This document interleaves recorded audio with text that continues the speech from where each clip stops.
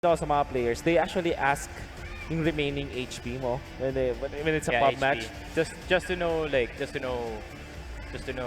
How much they dealt, right? Yeah, how much they dealt. Like if they can fix their spray afterwards. Yeah. And which makes me think na ganun ba talaga ang respeto ng mga top players within one another na talaga you actually answer the question eh. Diba? You really have to answer the question or it's like blatant.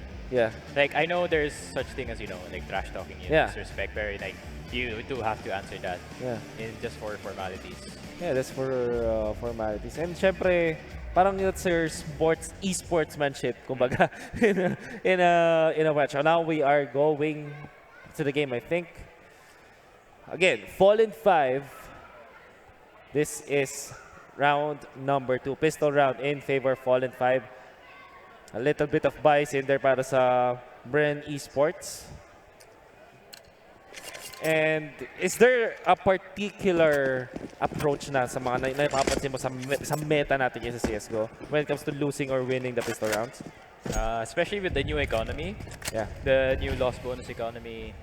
I guess some teams mas umasa sila sa second loss bonus rather than, rather than the first.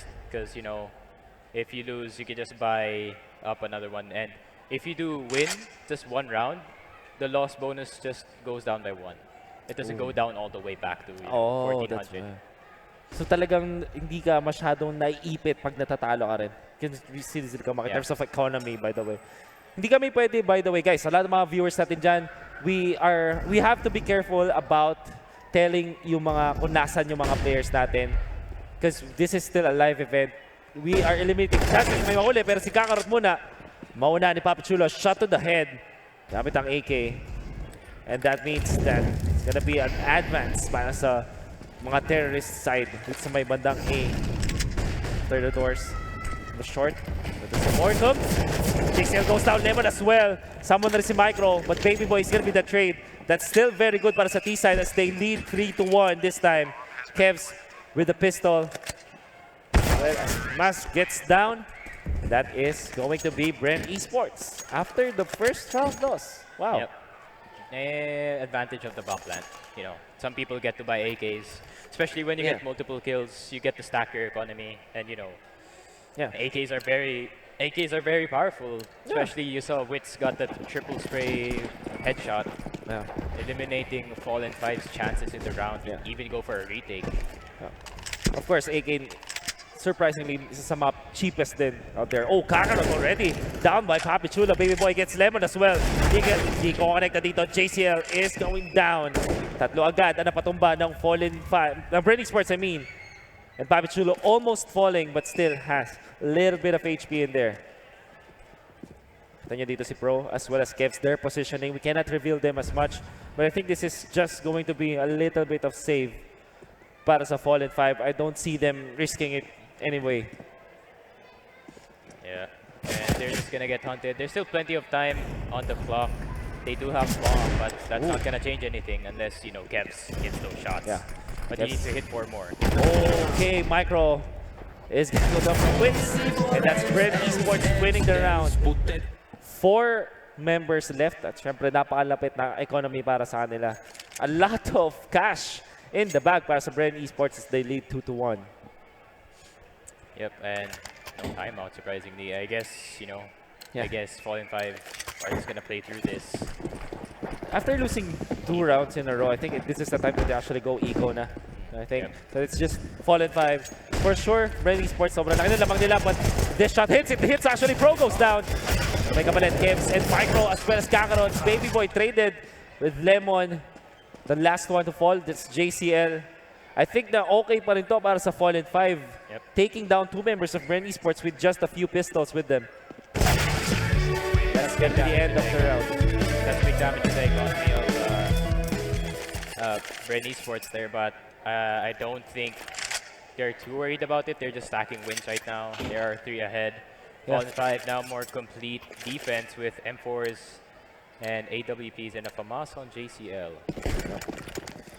So this is probably the first legit full gun round. Nakita natin, and We may expect it to be slower unless, of course, the Bees decide to take the tempo faster. But Kakarot is gonna be the first, is drawing the first blood for this round. Borkum, -1 na lang para sa T-side. But Kakarot is gonna be traded. JCL, disgrace, now scratch with the pistol. Gets 2 bago siya mamatay. And Baby Boy is gonna go down, which means that Pro, the only one to survive for the terrorists this time. 3-1. Kaya ba niya makakuha pa rin na malupit na clutch dito against 3 members of Fallen5. 1-1. Gets the headshot. Micro is down for the count. Still full HP. Ngayon, si Pro, si Kevs, I mean. But Pro is already down to less than half. Takes this slowly. Still a minute to go. Now, it's gonna be slower at this point. Mas tahimik. Dalawang members of Fallen5 for defense and Pro. It's gonna go down. Second point para sa Fallen5.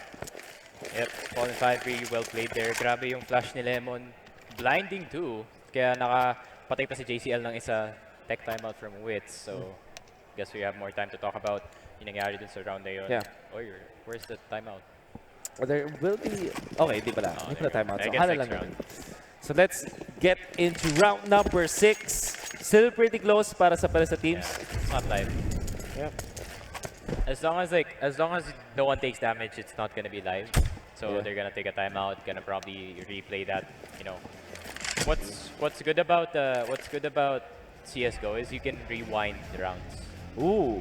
So like you can get back to this round. You can get back 2, 3, and what do you call this? And you know, have the same money, have the same everything at the start of the round. It's just like the fresh start talaga. As in like the round. Kasi this is our ways to try to correct if kung meron mang mga tech difficulties, kung meron man nagkaroon ng bugs, and also anti-cheats if ever they do happen. Sometimes they do happen in most importantly sa mga online matches. Pero at least, you know, we keep the integrity of the esports. So I think meron yata tayong technical pause from Stinger.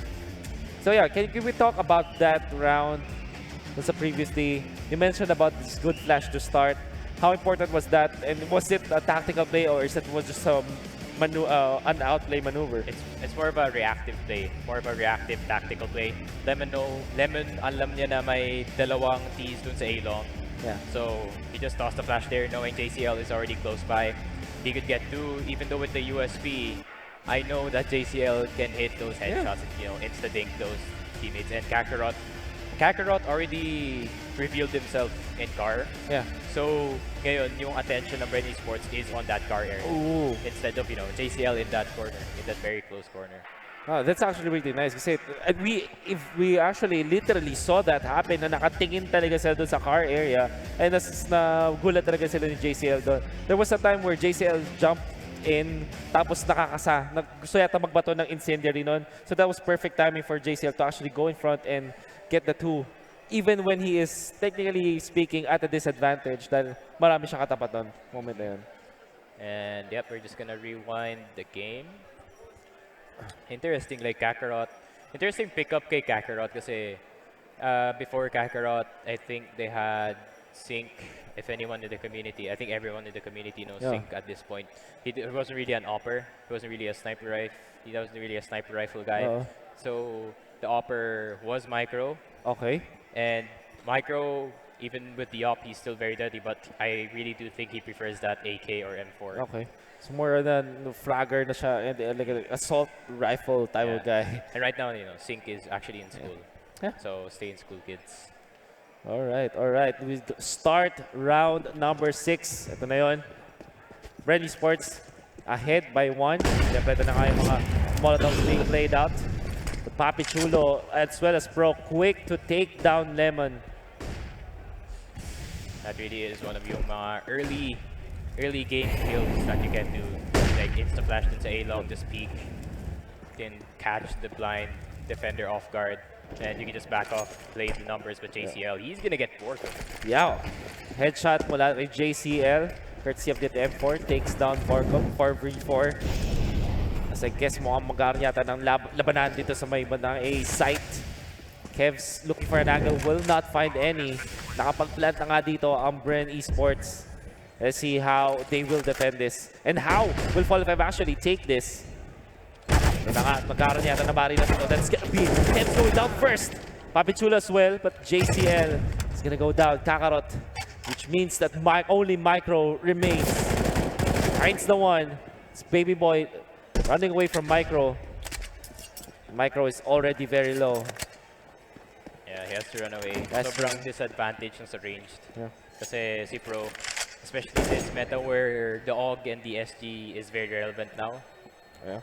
Like, if you only have an M4 and if you're not playing like me very close to the monitor, sobrang disadvantage ka talaga pagdating sa range. And I actually got a taste of that because there's this certain league online as well. It's jokingly called Mahalan Open League, but you get to play with, you know, them, like yung mga like, top players, and you really get the taste of how good they are.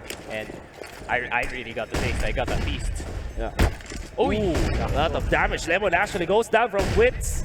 Oh, aim shot. He's gonna be Kakarot as well. Skeps, ang dami namamatay dito. At isa na lang natira, it's Micro once again, the only one to survive. Bren Esports. Lamang sila ng tatlo. Actually, nakapatay pa si Micro doon. That's Baby Boy down. Wits is very low. Micro, with this AK na nakuha niya from the previous round, makes it count. Alam nila na mas lugi sila in terms of the firepower. But at least Fallen5, by the back of Micro, they still will keep their economy intact. Or at least get a gun. I think this is a sure victory already for Bren Esports. Let's see if they will try to fish out where Micro is. Knowing Bren Esports on how they play, I don't think they're gonna go for it. Okay. They're just gonna save their gun. Especially Witz, he has to run away because he's already on 8 HP. Yeah. So he has to plant himself. They're on A long. Keep the safer And play for sure. Witz with an AWP, if he gets going, he's like a very momentum-based player. Ooh. Like he could go 40 frags and he can get 7 frags in the same day. Wow. That's how It's like a he's like an unpolished diamond. unpolished diamond. Yeah. Like how do I describe this? Parang he's not inconsistent, pero He wants to keep, he's based on momento. Yeah. Parang ganun. Gusto niya, kailangan niya mag-init. It's like an engine na kailangan mo nang painitin. And then when the engine gets going, it does not stop. oh my god, ito na yung favorite strat ni Mr.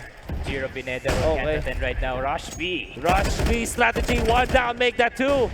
Kevs finds the mark. Only Micro falling so far para sa Fallen 5. But the defense, again, Yeah. this is why you don't rush B. But it really depends. Yeah, well, Like, of course. It really depends. Okay, Papi Chulo, he got 1 kill in mid. They could have played a numbers game there, but I think they rushed it too much, and that's really uncharacteristic of Bren Esports, or usually a very tactical team. I guess this is not a map pick that they are comfortable with, I guess.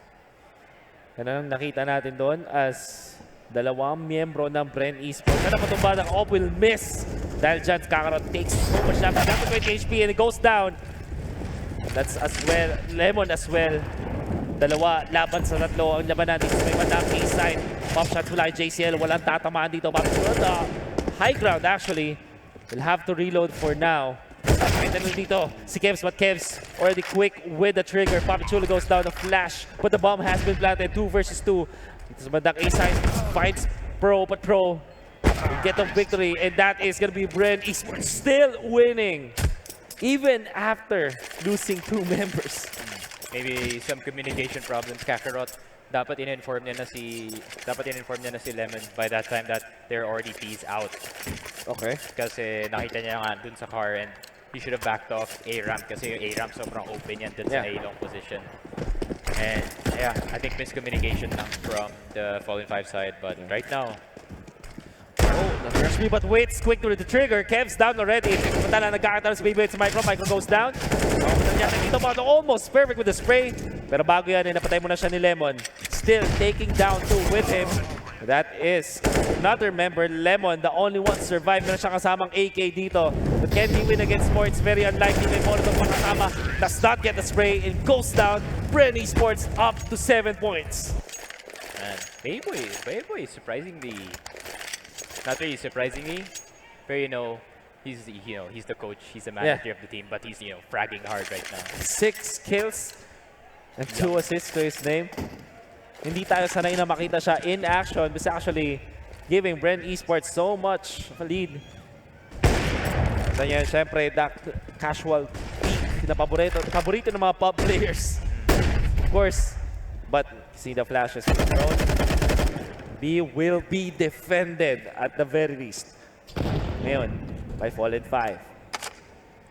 This is a slower approach para sa Bren Esports kumpara mo dun sa mga rush na strategies nila. Yep. They're just trying to get a pick from anyone on the side of Fallen5 so they could play. Bren Esports is one of the better teams that play that 4v5 situation and force a 4v5 situation. Ooh, nice flash in there. Kakarot will have to back out right now. Ito na nga, mamamatay na dalawang members. Make that two as Lemon. Go down. Convenient. Thrown in. Pero mamamatay muna dito si JCL. What an execution mula sa Bren Esports. Tactical, you may call them. Napakalupit na kanilang pinapakita and only Micro survives. I think it's much better to save this with the kit as well as the Kevlar. Gets one on Baby Boy. Nice headshot in there. Pero alam na ng Bren Esports ang pwesto dito ni Micro. Wits. That's spun him out. Oh, Micro wins the battle against the... AK gets as well. Ooh, Micro! You really have to get that headshot. Like, you Wow. will lose against Micro if you don't get that. And just like that, bro, you know, got the headshot. Gets the headshot from Pro. Pero But- parang small taste ng kayang gawin ni Micro. Like, when he is rolling. Kahit di siya rolling, like, he could just come out of nowhere and get 5. Kasi he can. Yeah, okay. And we saw that. It was promising to say the least. Nakakuha siya ng tatlo without receiving much damage until Pro comes in. Imagine if careless ka against Micro, even when you're winning, you'll actually die against that guy. Nakita mo naman kung gaano kalapit. But this means that Fallen5 will have to settle for few weaponry na nito. Medyo mahina nilang lakas, of course, because they've been losing so hard against Bren Esports. This is their eco round. This on their pick as well, so... Oh, Micro. Wits again. Pag nag-init, you can see.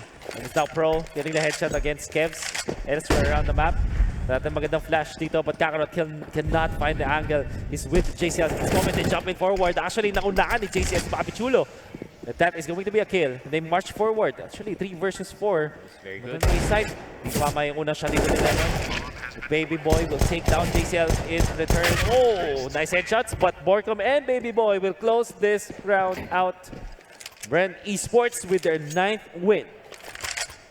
I mean, Fallen5 are just getting these close rounds, and right now they're struggling to close rounds out. Yeah. Words. So, Nahirapan sila basically. and Bren Esports knowing them, like Micro, get back to the AWP at makakita ka na malupit na galaw mo dito kay Micro. Gets Borcom, 4 versus Bren now. Baby Boy, bring it down as well as Papi Chulo. Kevs as well as Lemon can get the third. Ang gandang flash nun. So they'll be able to punish Lemon this time. Kevs as well with an 8-3 shot from Wits, but Pro takes down JCL. All of a sudden, 2 versus 2 na tayo ngayon. Pro is very low as well as Wits. 2 members of Fallen5 still pretty healthy. Oh. It's gonna be pretty close. Aw. But Kakarot goes down from Pro.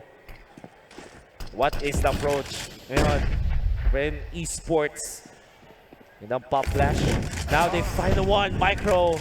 Tamang timing na kanyang paglabas mula doon sa smoke. Now gets hands on an AWP. And this is gonna be tricky. But syempre, kung ikaw ay mag-isa, you cannot defend 2 sites on your own. And this is going to be very close. 1 versus 1. Bomb has been planted by Bren Esports. Pro, napakababa na kanyang HP. And he doesn't have the better weapon against Micro at this moment. But in close range combat, pwedeng niyang may panalo to. It's really close. Down the wire. Finds the bomb. And siguro nagtataka siya ngayon, bakit walang tao? Pro versus Micro. Sino una magkakitaan? Micro tries for the defuse. There's gonna be the knife being put out. Hindi siya tumama. Fallen5 wins the round. Smoke and defuse and gets the kill. Fallen5. Ninja. Hindi pa sila magpapatalo ngayon, Kuya Sneaky. I mean, good ninja defuse from Micro, naramdaman mo talaga yung momentum ng Fallen5 bigla nag-shift because, you know, everyone wants to see a ninja defuse. Oh, naman. And right now, we got what we wanted. Yeah. Micro with the sick plays. I think he knew actually kasi napaka-common na play na yan at this point when you are at the when you're playing very high level CS na, you know, to go all the way around. All the way around for a plant and easily punished there. There's a Fallen5. And like I said, it ain't a finals if there ain't no ninja defuse. Nakikita natin. Let's see. Medyo tumahimik ang Bren Esports. Medyo bumagal ang kanilang galawan. Because they don't want to give so much points to Fallen5 in this first half. Round number 13. Taking it slow. A minute 15 left in this round. They still haven't breached through any site as of this moment. But they're just gathering their intel. Naghahanap na sila ng tamang timing. So the members of Fallen5 are very adamant with their defense right now. I've noticed like Bren, when they play against international teams, they play very differently compared to when they play their own. Ito na. Oh, almost the shots correcting. Marco takes so much damage. Minus 26. Still very slow. 40 seconds. Hindi pa rin nakaka-infiltrate dito ang Bren. As Baby Boy goes down, Lemon gets takedown. Pero si JCL ang kapalit. Wall bang mula kay Papi Chulo, takes down JCL. And then tumawag may AWP shot and Papi Chulo gets down, takes down Micro. They will advance this time. All of a sudden, isa na lang ang kanila. A very tactical maneuver na naman mula sa Bren Esports. Yikes. You know, Micro, very crucial miss yung nangyari na yun eh. Yeah. Kasi pag nakuha niya yung isang member doon, that would have been winnable for the Fallen5. Like, they could have gotten the retake, pero yun na nga, you know, sometimes you miss those shots, di natin may iwasan yan. And it's not like, dahil lang yun sa hindi siya, I mean, it's not because of his skill. Micro, by the way, taken down by Wiz. It's more about forced errors kasi mula sa Bren Esports. Sabay-sabay sila pumasok, and even the nades. Paggagamit nila, it's really good na, pang-flash naman nun. However, Kevs will fall. Pero syempre, ang kapalitan ay dalawang members ng terrorists. So 3 versus 3. Very healthy pa rin ang mga member ng Fallen5 ngayon as they can still defend. Flash connects kay Pro. Pero dito pa rin tayo. Quiet in the realm. Dito pa rin nagkakita. The bomb has been planted all of a sudden. Molly's falling in. As this is gonna be the retake. Kakarot, naku po, saktong-saktong timing. Pro wasn't looking in that direction.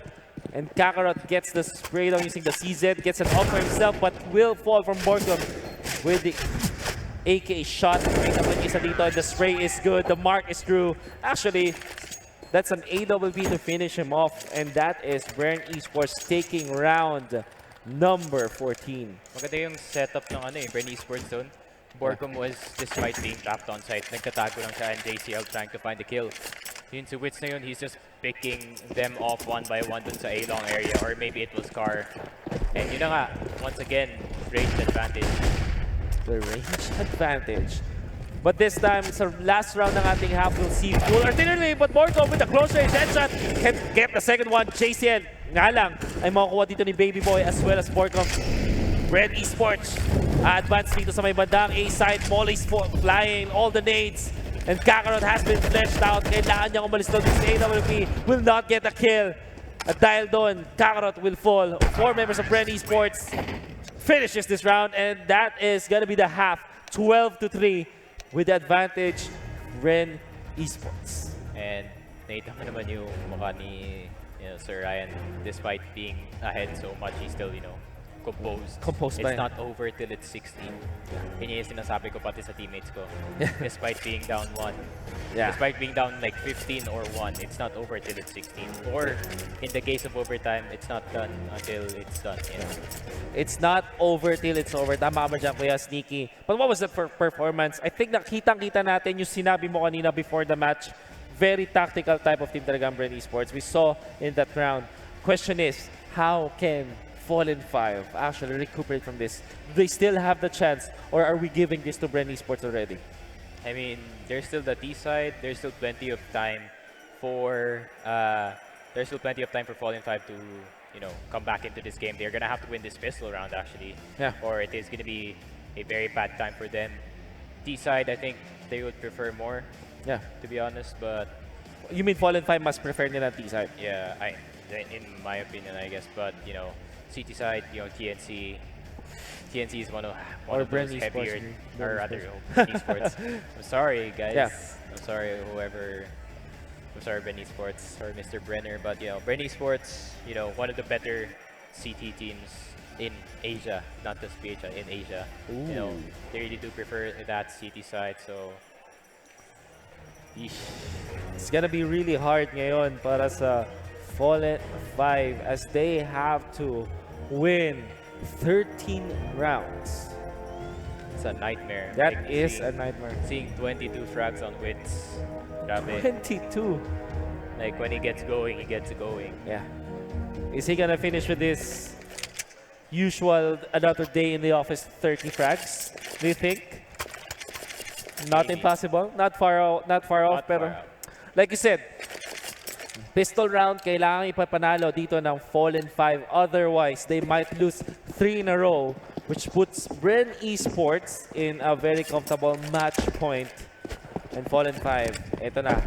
If they still want to keep game number 1, they have to mount this pistol round para sa terrorists. Already finding one, but missing the shots. Actually, Papi Chulo, too late to react. And they will take down Papi Chulo's Pro with the headshot as well. Mula kay JCL, 3 versus 5. They want to storm the mid doors. Nakikita natin ngayon. Now the CT spawn, kailangan mag-back dito ng Wits. And Baby Boy is gonna go down. And it looks like it's very promising para sa Fallen5 as they eliminate 5 members and Fallen5. The much needed pistol round win. They will close it out 4-12. They're still alive, Sneaky. And you see Kakarot stepping up there. When a young lad gets his kills, you know, baka he's gonna be the kryptonite for wits. It's gonna be like young gun versus young gun at this point. Oh. The youngsters proving they can in this match. Fallen5 needs to keep winning at this point. But look at Wits. With the power play, no, choice of weapon rin niya ngayon. Tingnan natin if it will amount to anything for Fallen5. It's gonna be very hard, however, using that specific gun. The scout, yep. The scout very fast AWP, but you know, does not hit once. Fun fact, one of the most goofy yet effective plays is the winner of the CDO. Yeah. This winner of the CDO part of this Thunder Esports Tour Metro. Yeah. They have a strat where they buy 5 scouts and it works out. 5 scouts. Because they're all good with scouts. And, Yeah. you know, being in Mahalan Open League, I get to witness it firsthand, get headshotted through a door. It's like, okay, it's Metro Noya, okay. Tanggap ko na. It is. Nevertheless, Baby Boy will fall. As Bren Esports are biding their time in this T side. Lemon, however, is the first one to fall headshot. And Wits gets micro, of course. Even with the full Kevlar helmet on, if you're true with your mark, Wits will take you down. However, it's already being planted.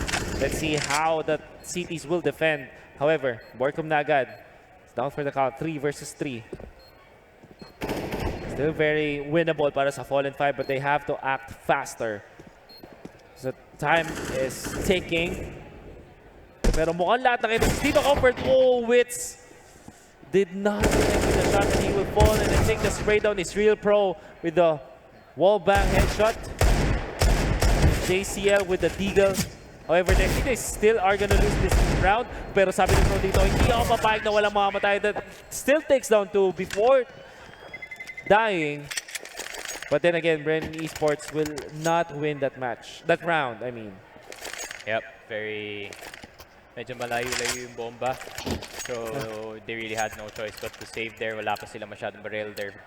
Despite their firepower being very low, they found a way to damage the economy of Fallen5. And grabe talaga. Even on their pistol round. Nakita nyo ngayon ng konting pokes coming out from the T side. But still, Bren Esports are in a eco situation at this moment. It's gonna be a bonus if they get kills, but of course, Kevs gets the double, even a spray, but micro. Headshot, kinuha niya rin pa rin dito, and he gets the second one. Nice spray, and that is actually the bomb holder. But Papi Chulo will have to hang on and try to go for more kills this time. Can he get the third one? Gets a third, has to reload for this moment. Ito na nga, pulling back, can he get the fourth? No.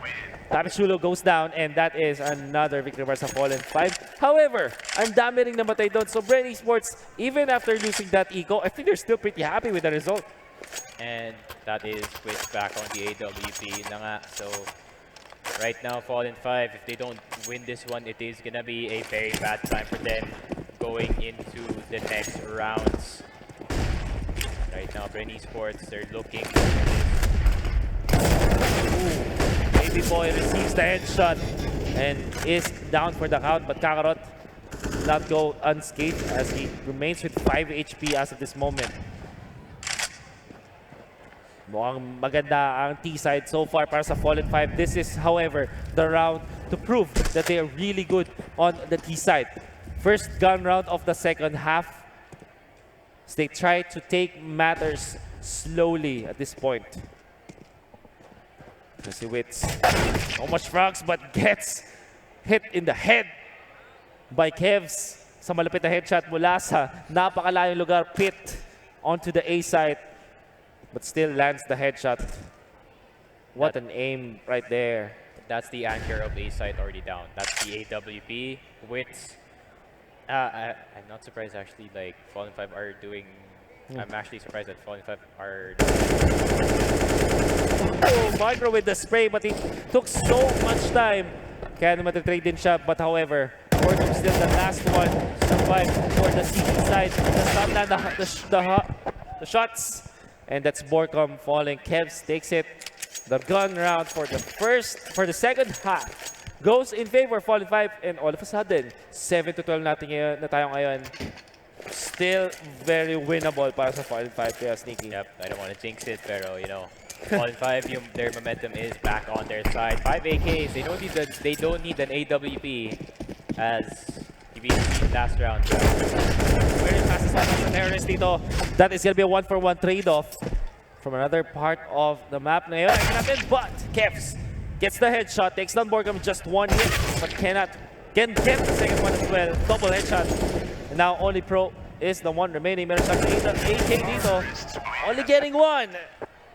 He been better kung sinave niya yata yun. Pero I guess na-feel niya na pwede pa siya mag-trade. That means that Fallen5 will get the 8th score for their team. Only 4 rounds behind Bren Esports. And this is another gun round na makikita natin. Yep, Fallen5 back on the board. Yun na nga, Kakarot back on the AWP. Let's see, can he get on the same pace as Wits here? See about that, falling in. That's then, however, ganda ng angulo pero hindi enough ang execution as Kakarot take down one Baby Boy as well. That's just like a very, it's a very 50-50 angle. Like, if you get spotted out and there's 2 people there, then they're not blind, you are gonna get shot through that smoke because smokes are not bulletproof. Yeah. Gonna fall, but JCL was Kakarot. Wits, the only one to survive. Meron siyang AWP. Well, actually, let's see if he will be successful in this clutch. 3 versus 1. The bomb has not been planted yet. It will be planted pretty soon.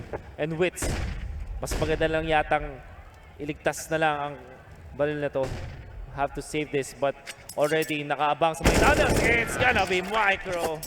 Taking down Wits. No AWP for you. Yes, they're gonna have to save once again.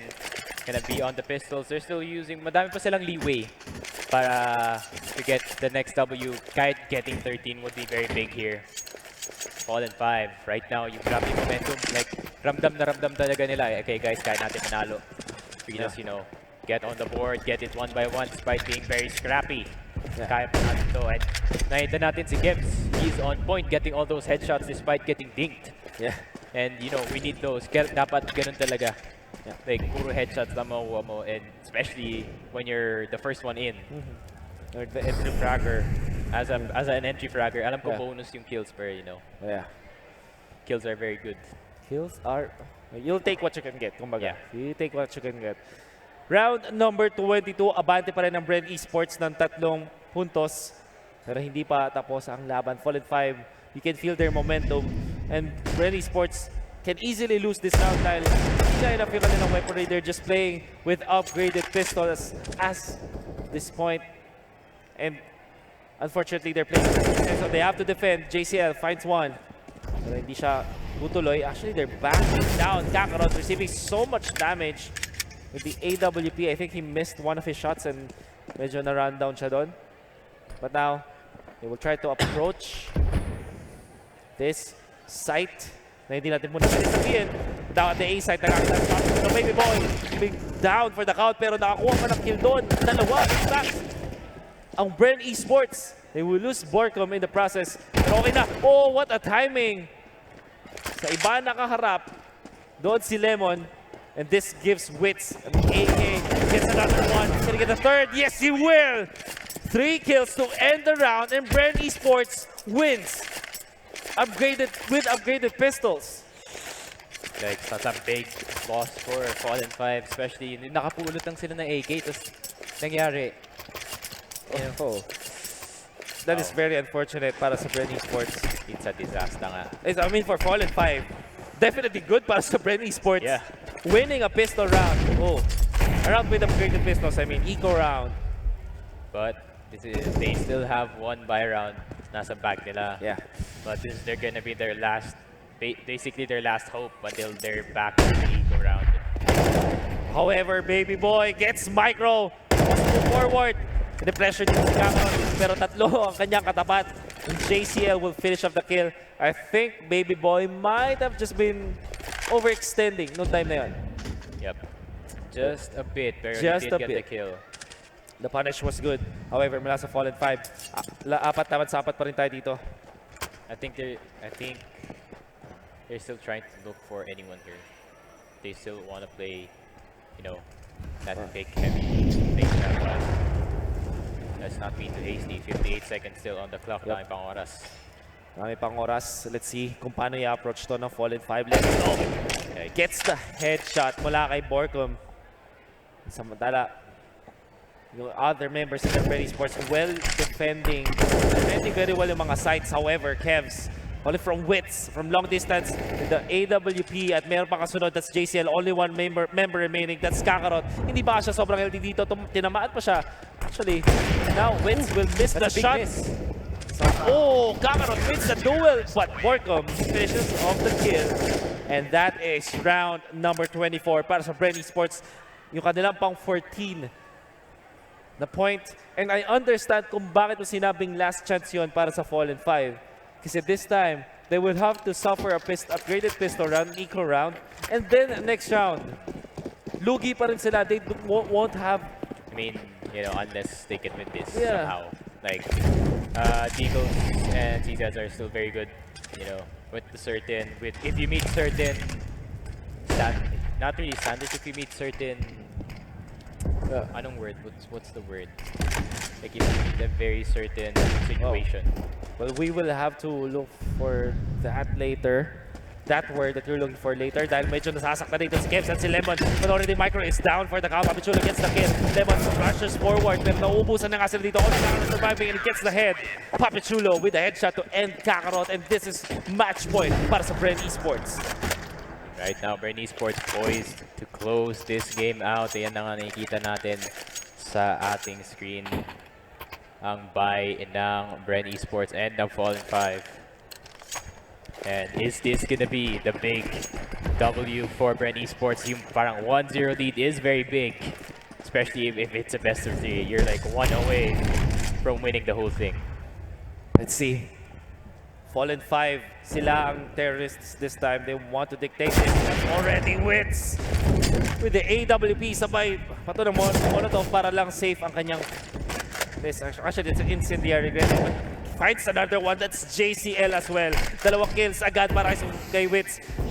in their possible last round. But Win is going to go down first. Now Micro as well with the AWP shot on Papi Chulo this time. All of a sudden, 3 versus 3. But Cameron is going to fall. Baby Boy wants to land the shots. However, will not be successful in doing so. Naubusan na siya ng bala dito. And all of a sudden, Lemon is going to go down. Micro, Baby Boy. Napatay muna siya doon. And that is, I think, the game. Bren Esports take game 1. Wow. How was that? How good was that for Bren Esports? Expected performance from Bren Esports, you know. Very systematic, very, you know, Tactical. very tactical, very on point. Yeah. You know, discipline is still at an all-time high. And right now, I don't think Fallen5 is too phased about that loss. Because, you know, I don't think Dust 2 is their best map.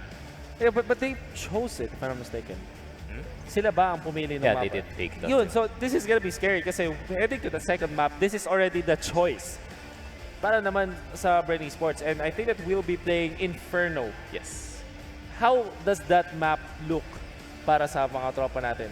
Not Not that good? Because it's Bren Esports. it's so hard because like